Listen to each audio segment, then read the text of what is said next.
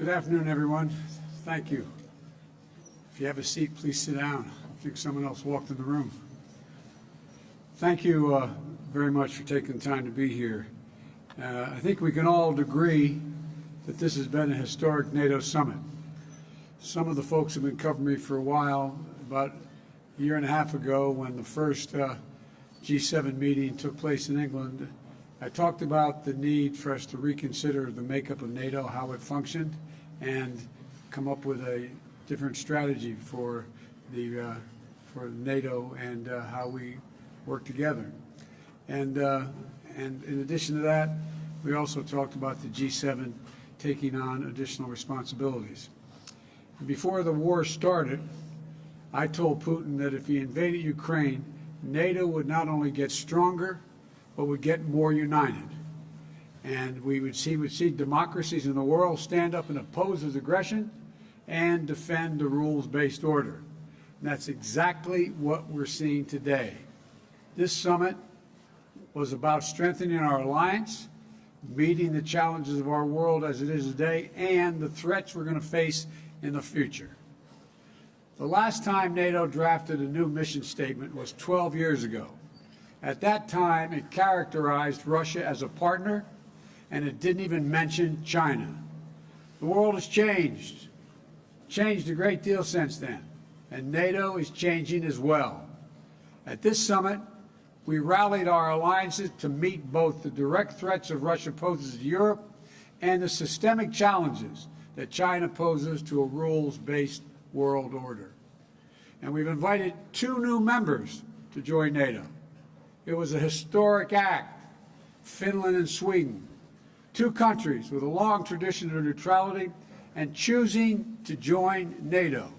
Some of the American press will remember when I got a phone call from the leader of Finland saying, could he come and see me? And he came the next day and said, will you support my country joining NATO? We got on the telephone. He suggested we call the leader of Switzerland. Switzerland, my goodness, I'm getting really anxious here about expanding NATO. Sweden. And what happened was, we got on the phone and she asked if she could come the next day to want to talk about joining NATO. Allies across the board are stepping up, increasing defense spending. A majority of them are on track for the first time to exceed our 2% of GDP commitment that they make. They agree to spend 2% of the GDP on defense. Look, for example, Germany is committed to spending 2% going forward and announced a special fund for its military of more than $100 billion. Slovakia, the Czech Republic, and the Netherlands have announced they will also meet their 2% commitments. Poland, Romania, Estonia, Latvia, Lithuania are doing more than 2.5%, some as high as 3%. Together, deploying more assets and capabilities to bolster our alliances across all domains: land, air, sea, cyber, and space. We've reaffirmed that our Article 5 commitment is sacred, and an attack on one is an attack on all, and we will defend every inch of NATO territory. Every inch of NATO territory. For our part, the United States is doing exactly what I said we would do if Putin invaded. Enhance our force posture in Europe. We'll station more ships here in Spain. We're stationing more air defense in Italy and Germany, more F-35s in the United Kingdom, and to strengthen our eastern flank, new permanent headquarters for the Army 5th Corps in Poland. In addition, an additional brigade combat team position in Romania, and additional rotational deployments in the Baltic countries. Things are changing to adapt to the world as we have it today. And all of this is against the backdrop of our response to Russia's aggression and to help Ukraine defend itself. The United States is rallying the world to stand with Ukraine. Allies and partners around the globe are making significant contributions. Secretary Austin just brought together more than 50 countries, pledging new commitments. And this is a global effort to support Ukraine. Nearly 140,000 anti-tank systems, more than 600 tanks, nearly 500 artillery systems, more than 600,000 rounds of artillery ammunition, as well as advanced multiple launch rocket systems, anti-ship systems, and air defense systems. And again, the United States is leading the way. We provided Ukraine with nearly $7 billion in security assistance since I took office. The next few days, we intend to announce more than $800 million more, including new advanced Western air defense systems for Ukraine, more artillery and ammunition, counter battery radars, additional ammunition for the HIMARS multiple launch rocket systems we've already given Ukraine, and more HIMARS coming from other countries as well. We also welcome for the first time our partners in Indo-Pacific to participate in the NATO summit. As I indicated to Putin, his action would cause worldwide response, bringing together democratic allies and partners from the Atlantic and the Pacific to focus on the challenges that matter to our future and to defend the rules-based order against the challenges, including from China. In the G7 in Germany, we also launched what started off to be the Build Back Better notion, but it's morphed into the Partnership for Global Infrastructure and Investment, to offer developing and middle-income countries better options to meet their urgent infrastructure needs. Because when the United States and G7 countries put skin in the game, it helps bring millions of dollars up to, before it's all over, up to possibly $1 trillion of private sector money off the sidelines. $600 billion in just the next few years. Unlike China, these projects will be done transparently and with very high standards. For example, the U.S. government just facilitated a new partnership between two American firms and the government of Angola to invest $2 billion building a significant solar project in Angola. It's a partnership that will help Angola meet its climate goals and energy needs while creating new markets for American technologies and good jobs in Angola. As you heard me say before, when I think climate, I think jobs. And the G7 also said we'd work together to take on China's abusive and coercive trade practices and rid our supply chains of products made with forced labor. We task our teams to work on the details of the price cap on Russian oil to drive down Putin's revenues without hurting Americans and others at the gas pump. We'll seek to use the funds from the tariffs on Russian goods to help Ukraine rebuild. We've committed more than $4.5 billion, more than half of that from the United States, to address food insecurity and the immediate crisis caused by the Russian war. At every step of this trip, we set down a marker of unity, determination, and deep capabilities of the democratic nations of the world to do what need be done. Putin thought he could break the transatlantic alliance. He tried to weaken us. He expected our resolve to fracture, but he's getting exactly what he did not want. He wanted the Finlandization of NATO. He got the NATOization of Finland. Let's think about this. That's what he thought. Now NATO and Sweden are closer than ever to joining, and this will occur. We're more united than ever. And with the addition of Finland and Sweden, we'll be stronger than ever. They have serious militaries, both of them. We're going to increase the NATO border by 800 miles along the Finnish-Russian border. Sweden is all in. The point is, we're meeting the goals I set out when the first G7 meeting. We're moving to a place that reflects the realities of the second quarter of the 21st century. And we're on the verge of making significant progress. Now I'll be happy to take your questions. And the first question, I'm told, is Darlene Superville from the Associated Press.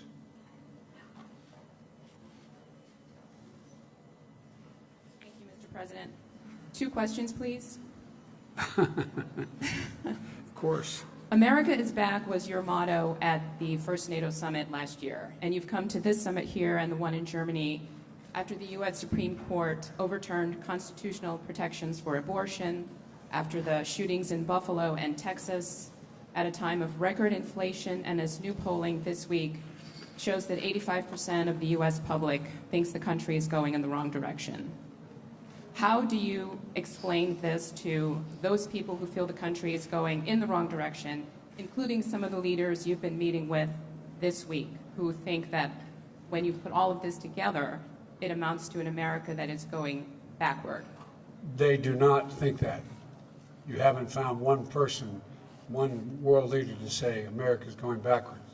America's better positioned to lead the world than we ever have been. We have the strongest economy in the world. Our inflation rates are lower than other nations in the world. The one thing that has been destabilizing is the outrageous behavior of the Supreme Court of the United States in overruling not only Roe v. Wade, but essentially challenging the right to privacy. We've been a leader in the world in terms of personal rights and privacy rights, and it is a mistake, in my view, for the Supreme Court to do what it did. But I have not seen anyone come up to me do anything other than, nor have you heard them say anything other than, thank you for America's leadership. You've changed the dynamic of NATO and the G7. So I can understand why the American people are frustrated because of what the Supreme Court did. I can understand why the American people are frustrated because of inflation. But inflation is higher in almost every other country. Prices of the pump are higher in almost every other country. We're better positioned to deal with this than anyone, but we have a way to go. And the Supreme Court, we have to change that decision by codifying Roe v. Wade. There were some comments by some of your counterparts after the U.S. Supreme Court ruling. But my second question is, G7 leaders this week pledged to support Ukraine, quote, for as long as it takes. And I'm wondering if you would explain what that means to the American people, for as long as it takes. Does it mean indefinite support from the United States for Ukraine, or will there come a time when you have to say to President Zelensky that the United States cannot support his country any longer? Thank you. We are going to support Ukraine as long as it takes. Look at the impact that the war on Ukraine has had on Russia. They've had to renege on their national debt for the first time since the beginning, almost well over 100 years. They've lost 15 years of the gains they made in terms of their economy. They're in a situation where they're having trouble because of my imposition of dealing with what can be exported to Russia in terms of technology. They can't even, they're going to have trouble maintaining oil production because they don't have the technology to do it. They need American technology. And they're also in a similar situation in terms of their weapon systems and some of their military systems. So they're paying a very, very heavy price for this. And just today, Snake Island is now taken over by the Ukrainians. So we are going to stick with Ukraine, and all of the allies are going to stick with Ukraine as long as it takes to, in fact, make sure that they are not defeated by Ukraine. In Ukraine by Russia. And by the way, think of this. Ukraine has already dealt a severe blow to Russia. Russia, in fact, has already lost its international standing. Russia's in a position where the whole world's looking and saying, wait a minute, all this effort, you tried to take the whole country, you tried to take Kyiv, you lost, you've tried to take the Donbass and all of it, you haven't done that yet. The generic point is that we're supplying them with the capacity and the overwhelming courage they've demonstrated that, in fact, they can continue to resist the Russian aggression. And so I don't know how it's going to end, but it will not end with a Russian defeat of Ukraine in Ukraine. I'm supposed to go down the list here. Jim Tankersley, New York Times. Mr. President, thank you. This week, you and the G7 allies introduced a plan for an oil price cap for Russian exports, which is not yet filled out, and obviously is a response to the high price of gasoline in the United States and around the world. Are you confident that that cap would bring down prices for American drivers And how long is it fair to expect American drivers to continue to pay a premium because of this war?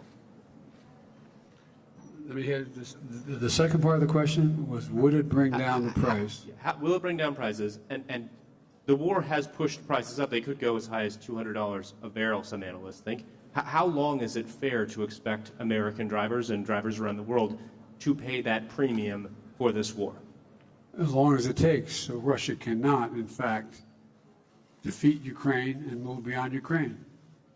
This is a critical position for the world. Here we are. Why do we have NATO? I told Putin that, in fact, if he were to move, we would move to strengthen NATO. We would move to strengthen NATO across the board. Look, let me explain the price. I suggested a while ago that what we should consider doing is putting a cap on the amount of money that we would pay for, the world would pay for Russian oil, and that we would not provide, the West provides insurance, would not insure Russian ships carrying oil. We would not provide insurance for them, so they would have great difficulty getting customers. The point is that we've said to them, here's the deal. We're going to allow you to have a profit on what you make, but not the exorbitant prices that you're charging for the oil now. We've delegated a commission, a group of our national security people to sit down and work out that mechanism. We think it can be done. We think it can be done, and it would drive down the price of oil, and it would drive down the price of gasoline as well. In addition, at home, I have also called for changes. I've released 1 million barrels of oil per day from our oil reserve, and in addition to getting other nations to move forward, a total of 240 million barrels of oil to release from the Strategic Petroleum Reserve, number one. Number two, I've asked Congress, would they in fact go and temporarily end the tax on gasoline at the pump? And thirdly, to ask the states to do the same thing. If we do these things, it's estimated we could bring down tomorrow, if Congress agreed and the states agreed, we could bring down the price of oil about $1 a gallon at the pump, in that range. And so we could have immediate relief in terms of the reduction of the elimination of temporary elimination of the gas tax. And so I think there's a lot of things we can do and we will do, but the bottom line is, ultimately, the reason why gas prices are up is because of Russia. Russia. The reason why the food crisis exists is because of Russia. Russia not allowing grain to get out of Ukraine. And so that's the way in which I think we should move, and I think it would have a positive impact on the price at the pump as well. Jordan Fabian, Bloomberg.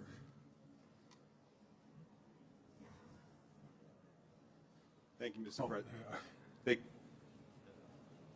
you, Mr. President. I also have two questions for you. Of course. Thanks. The first one is on Turkey. What assurances, if any, did you make to President Erdogan about his request for new F-16 jets for his military? What I said back in December, as you'll recall. We should sell them the F-16 jets and modernize those jets as well. It's not in our interest not to do that, and I indicated to them that I've not changed my position at all since December. And there was no quid pro quo with that. It was just that we should sell, but I need congressional approval to be able to do that, and I think we can get that. And my second question is on your trip to Saudi Arabia, which is coming up next month. As we just discussed, Americans are paying almost $5 a gallon nationally on average for gas. So do you expect to ask the Crown Prince or the King to increase oil production? And if so, how will you balance that with your desire to hold them accountable for their human rights abuses? Well, first of all, that's not the purpose of the trip. The purpose of the trip, first of all, I'm starting off on that trip in Israel. The Israelis believe it's really important that I make the trip. In addition to that, what we're trying to do is the G7, it's the Gulf states plus 3. And so I'm sure that it's in Saudi Arabia, but it's not about Saudi Arabia. It's in Saudi Arabia. And so there's no commitment that is being made, or I'm not even sure.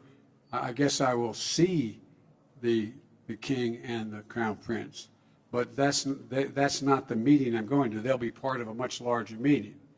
And what we're talking about in dealing with that trip is that before I go, I'm, as I said, going to Israel to meet with the Israeli leaders to affirm the unbreakable bond Israel and the United States have. And part of the purpose is the trip to the Middle East is to deepen Israel's integration into the region, which I think we're going to be able to do, and which is good for peace and good for Israeli security. And that's why Israel leaders have come out so strongly for my going to Saudi. But the overall piece here is we're also going to try to reduce the deaths and the war that's occurring. I mean, there's a whole range of things that go well beyond anything having to do with Saudi in particular.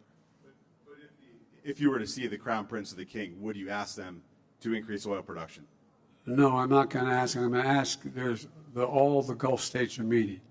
I indicated to them that I thought they should be increasing oil production generically, not to the Saudis particularly.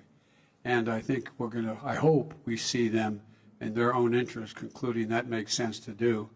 And, they have real concerns about what's going on in Iran and other places in terms of their security as well, all of them.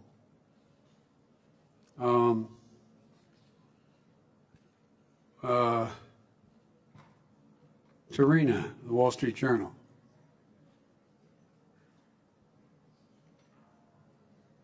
Thank you, Mr. President. I'm going to keep the trend and also ask 2 questions, if that's okay. One on the summit and one domestic question. On the summit, you just said that there would be another round of security assistance for Ukraine. After hearing President Zelensky's assessment that the war needs to end before the winter, are you changing your calculation in terms of the pace of the assistance and what kind of assistance you're sending to Ukraine? No, the war could end tomorrow, by the way, if Russia stops its irrational behavior. So, when the war will end, I hope it ends sooner than later. But for it to end, they have to be in a position where the Ukrainians have all that they can reasonably expect, we can reasonably expect to get to them in order to provide for their physical security and their defenses. And so one does not relate to the other. We're going to be providing another, well, I guess I'll announce it shortly, but another $800 million in aid for additional weaponry, including, weapons, including air defense system, as well as offensive weapons. I have a whole list I'd be happy to give to you, but that's the next tranche that's going to occur. And on the domestic question, sir, what further specific executive actions are you considering in response to the Roe ruling, and would you declare a public health emergency, as several Democrats are calling on you to do? I'll be happy to go in detail with you on that. I'm having a meeting with a group of governors when I get home on Friday, and I'll have announcements to make then. But the first and foremost thing we should do is make it clear how outrageous this decision was and how much it impacts not just on a woman's right to choose, which is a critical piece, but on privacy generally. And so I'm going to be talking to the governors as to what actions they think I should be taking as well. And but the most important thing to be clear about is we have to change. I believe we have to codify Roe v. Wade in the law, and the way to do that is to make sure the Congress votes to do that. And if the filibuster gets in the way, it's like voting rights. It should be we provide an exception for this require an exception to the filibuster for this action to deal with the Supreme Court decision. Hang on, I got one more here. Kelly O'Donnell, NBC. Thank you, Mr. President. Well, you just made some news saying you would support changing the filibuster rules to codify abortion rights broadly across the country. Right to privacy, not just abortion rights, but yes, abortion rights. Can you describe for us, sir, many Americans are grappling with this. What is your sense today about the integrity and the impartiality of the Supreme Court? Should Americans have confidence in the court as an institution? And your views on abortion have evolved in your public life.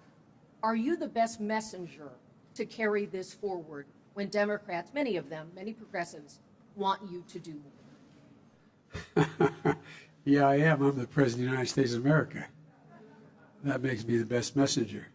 And I really think that it's a serious problem that the court has thrust upon the United States, not just in terms of the right to choose, but in terms of the right to who you can marry, a whole range of issues relating to privacy. And I have written way back a number of large articles about the Ninth Amendment and the 14th Amendment and why the privacy is considered as part of a constitutional guarantee. They've just wiped it all out.